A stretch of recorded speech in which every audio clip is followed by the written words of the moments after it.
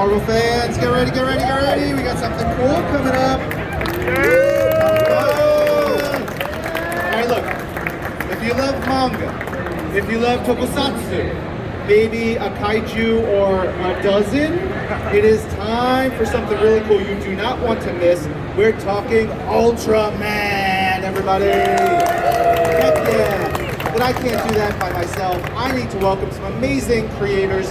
Let's have up on the stage writer Kyle Higgins, artist Francesco Manna. Francesco. They're coming.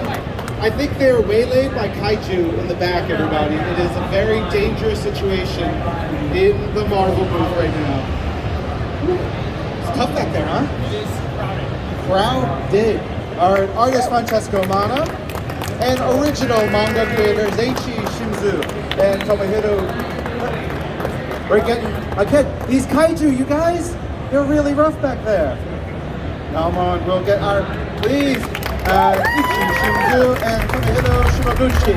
Give it up for our Ultraman creators, everybody. Very cool. So we got a lot of cool stuff to share with you guys.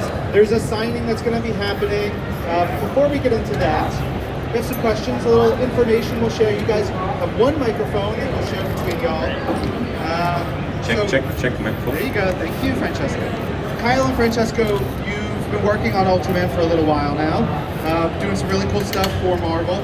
Tell us about interpreting the classic character of Ultraman and his antagonist and his world for Marvel Comics. Oh, sure, absolutely. How many people here have read Ultraman? How many people here have heard of Ultraman? So Ultraman is, he's the original. He is the original transforming hero from Japan, co-created by Tsuburaya, who's created by Tsuburaya, who's a co-creator of Godzilla. That's how far back it goes. And so when I was doing Power Rangers and really starting to fall in love with tokusatsu, I discovered Ultraman. And when Marvel approached us to come and do an interpretation of Ultraman for American comics, for me, like there really wasn't a better fit. So the idea of the Marvel heroes being, they're not the gods of the DC universe you look up to, they're the flawed titans that you could be. And the Ultras, much in the same way, as they come to Earth and they work with us and merge with Shin Hayata in The Rise of Ultraman to become one as Ultraman, they're not looking to solve our problems. They're looking to help us become the best versions of ourselves. And so through that lens, spiritually, it just couldn't have been a better fit. And so we wanted to approach everything through that lens, while also doing a new introduction for the character, with some of the biggest scale action that there is in comics that only really Marvel does that way. So it's been a delight. We've had 3 miniseries.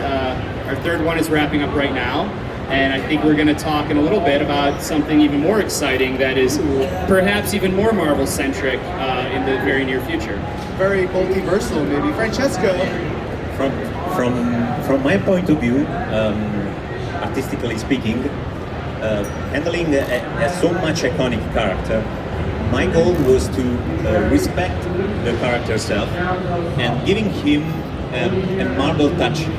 It means playing with poses, dynamic poses, the layout of the page, the flow of the narrative, and most important, playing with the scale. This is the most important things, handling a character as Ultraman, because I wanted the reader feeling as I felt viewing the first episode of Ultraman. So this feeling of a silver giant towering in front of human being as so little humans. So this was my first goal. Let the reader feel what I felt seeing Ultraman. Yeah, there are some beautiful Ultraman Blu-rays and collections out there that if you've never seen Ultraman, please go get them. They're really great. Shimizu and Shimoguchi, thank you for being here. You obviously have a history with the character in Japan, working on the manga that has served as the basis for the Netflix series, the anime. what have been your favorite parts about working on Ultraman over the years?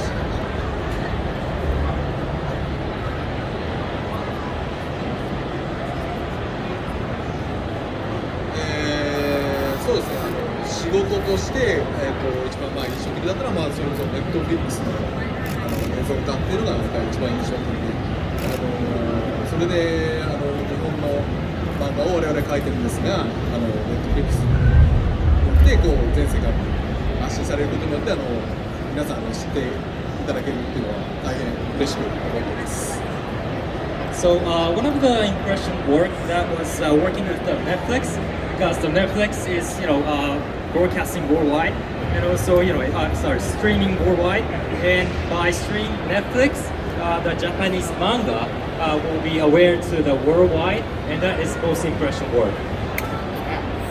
And of course, Kyle, you mentioned the mystery of Ultraseven, the comics that we're doing. Can you tell us about your contribution to Ultraman, the Mystery of Ultraseven comics from Marvel?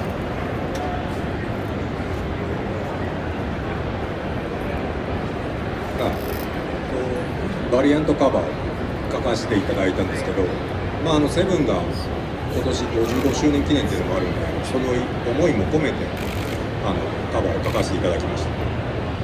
So it was work with the Daring cover for the comic book, and because it was the 55th anniversary of Ultraseven, and it became possible. Beautiful. Kyle, obviously we just mentioned it, the current series, Ultraman, the Mystery of the Ultraseven, and you and your co-writer, Matt Groom, you kind of have Ultraman out of commission. It's tough, and we have a new Ultra on the scene. What can you tell us about the story going on in this current series?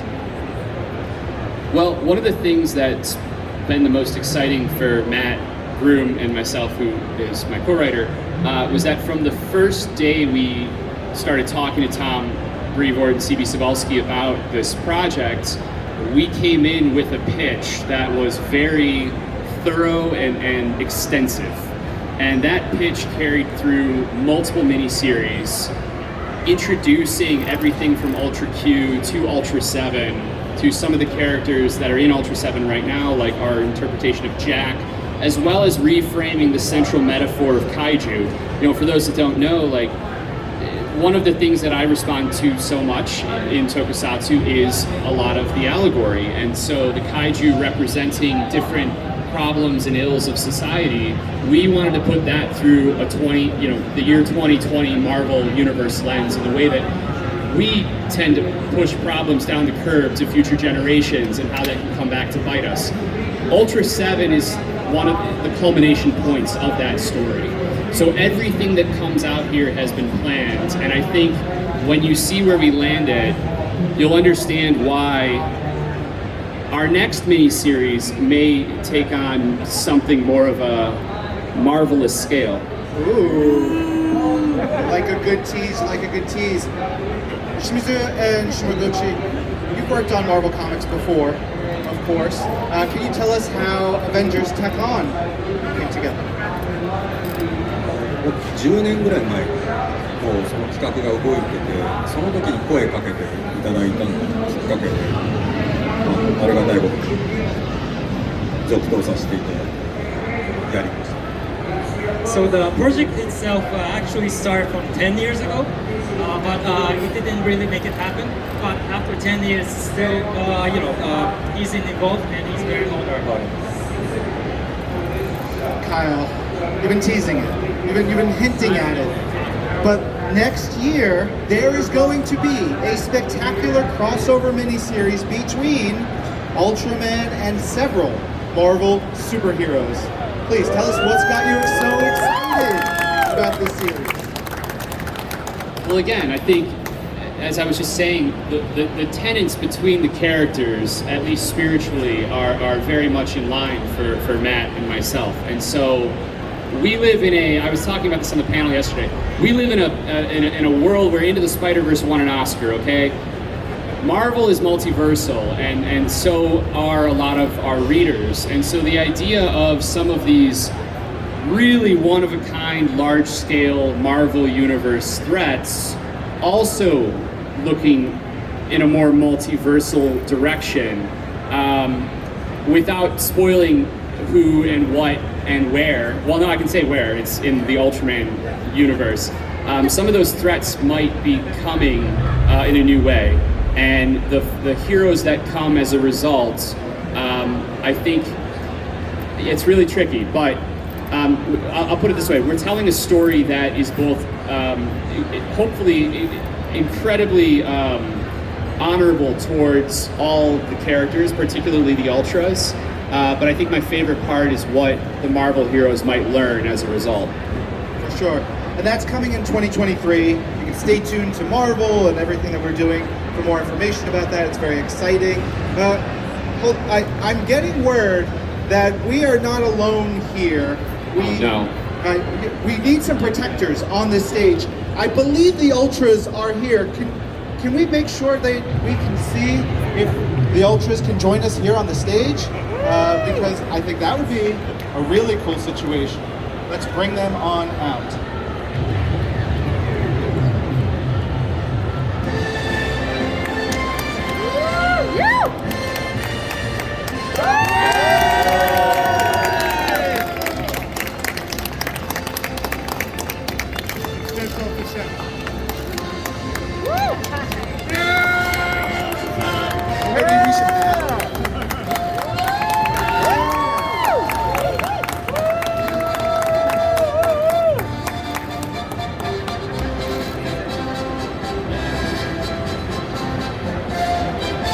So, I'll be standing over there, and the cool thing, we're going to be doing a signing very shortly. If you want your photo taken right there, we'll let you do that. As you come up, you sign an amazing print. And speaking of the print, Francesco, you got to draw a really cool print for this event right here. Can you tell us about the art that we'll be signing today and what your favorite part is about drawing these truly larger-than-life heroes? That's a really tough question, but I definitely can say that the best part was the last fight with Bemlock. I really loved it. Yeah, and talking about playing with the scale, you know, the fight, Ultraman grabbing the wire of the bridge for choking Bemlock was really, really fun. Yeah, it was really fun. Very cool. For everyone, what is it like to connect to fans here at New York Comic Con? To be in front of crowds again? Talking about the fight, you know, some Ultraman fans say reading the first issues of the book, yeah, it's nice, that's really cool, but where's Ultraman? And I already knew the script and said, oh, you'll see, you'll see. And, you know, handling with the Ultraman fans is always nice because they're so, they feeling the character.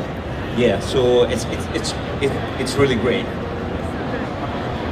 Yeah, it's been great to be back and just to see people again in person. And I've been doing comics for, 15 years now. So these shows are, with you too, it's such a staple of our lives. So to be back amongst fans again, and now with Ultraman out for the last year and change or a little more, it's really exciting to be able to talk to more fans and honestly a lot of new readers that are starting to find the book just as we're getting into kind of our groove here.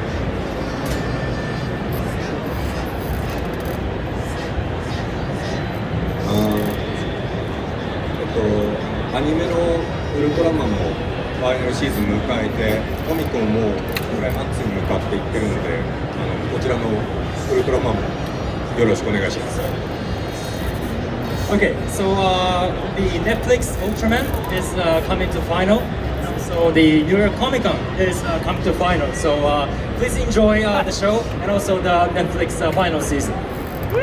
Thank you. ニューヨークコミコンには初めて来たんですけども、サインセッションの時にもわざわざ日本語で話しかけてくださったりとかするファンの方もいらっしゃったので大変嬉しく思ってます。ありがとうございました。 Alright, so it is his first time coming to New York Comic Con. It is most surprisingly, And one of the impression thing is that at the signing session, a few person talked to him as a Japanese, and he was very touched with that, and he just want to say thank you to all. Thank you, gentlemen. Make sure you pick up the first 2 issues of Ultraman: The Mystery of the Ultraseven now, and look out for issue 3, October 26th, wherever you get your comics. But it is time to get our signing gone. We're going to do our signing here again. If you want a signing, you want a free one of these beautiful prints, come up, line up on stage, and then you can even get your photo with an Ultra. Come on, everybody, let's get this going.